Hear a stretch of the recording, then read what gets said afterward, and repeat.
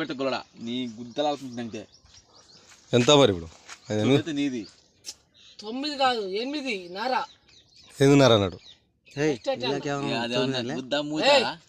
అయితే 9-10 నువ్వు అన్నావు. అదే వద్దు నేను 9 పెట్టించుకుంటా అన్నా.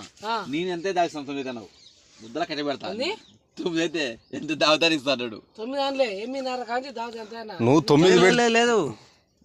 ఆయన ఎక్కువ అమ్ముతానేమో నువ్వు దావత్ ఇస్తున్నావు. 8.5కు ఎక్కువ అమ్ముతానేమో నేను దావత్ ఇస్తా. అది 9 ఆయన అమ్ముతానేమో నువ్వు ఇవ్వాలి నేను ఇస్తా. లోపల 8.5కి అమ్ముతానేమో ఆయన ఇస్తాడు. రైట్ ఆలోచించుకుంటు చూడు మనసులో ఆలోచించుకుంటు అవునే. నేను పుస్తకాలు తెమ్మబోతున్నా రేటు నాకు ఎంబడి అర్థమవుతుంది. ఏకైతే తెంపాలి ఏకైతే 2 రోజులు నాకు బాగా ఆలోచిస్తాను. పందెం ఎంత ఇప్పుడు? పందెం అంటే 5,000 గుద్దలు సాగి అంత అన్నావు అంతే. నేను దాగేది తాత నువ్వు ఆయన రికార్డు చేస్తున్నా చేస్తాడు. మా ఆయనకి ఈడే గుంజాలి రేటు మాట్లాడినప్పుడు. ఓకే ఇదన్నా కరెక్ట్ మరి. డబ్బులు నువ్వే తీసుకో. రైట్ తీసుకునే నువ్వేగా లెక్క కొట్టేది. నువ్వు అబద్ధం అడిగే నీ అబద్ధంగా ఏపించి చారి నేను డబ్బులు తీసుకోపోయి లెక్క పెట్టాలంటే ఇంక మళ్ళీ కాదు.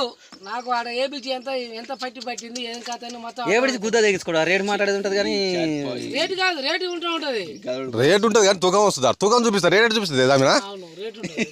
రేటు ఉండదు. నేను డబ్బులు లెక్క కడుకోరంటే 9 రూపాయలు కమ్ము. 9 కటింగ్ రాయ అంటే 9 కమ్మంట మళ్ళీ అట్టలేను కదరా. నేను వద్దల లాడని వేసి నూకుతాడు ఎక్కడ కానీ 9 రూపాయల గిట మిసం గురించుకుంటాను. 9 రూపాయలు కమ్మాడు.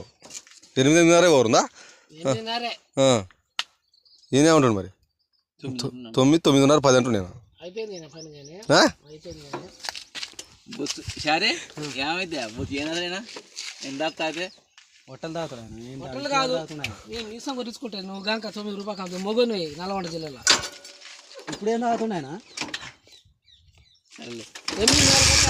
పొదరికి డబ్బులు లెక్క పెట్టిద్దాం. ఎన్ని తొందర పడుతున్నాయి పొదరికి ఒక రోజేగా 10 రోజులు లేదుగా గ్యాప్. అది పొదరికే మరి కళ్ళు కాదనా దొరుకుతున్నాను పోతున్నా.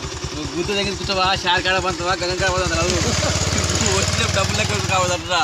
సరే చేతిని అడుగుతావా?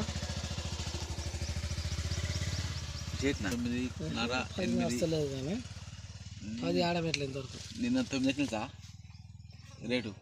నిన్న మేము పోలే. రేటు పెరిగిందో నిండి అలా అందుకనే నువ్వు పెరగలే. ఫోన్ చేస్తా ఎవరికండి బంద్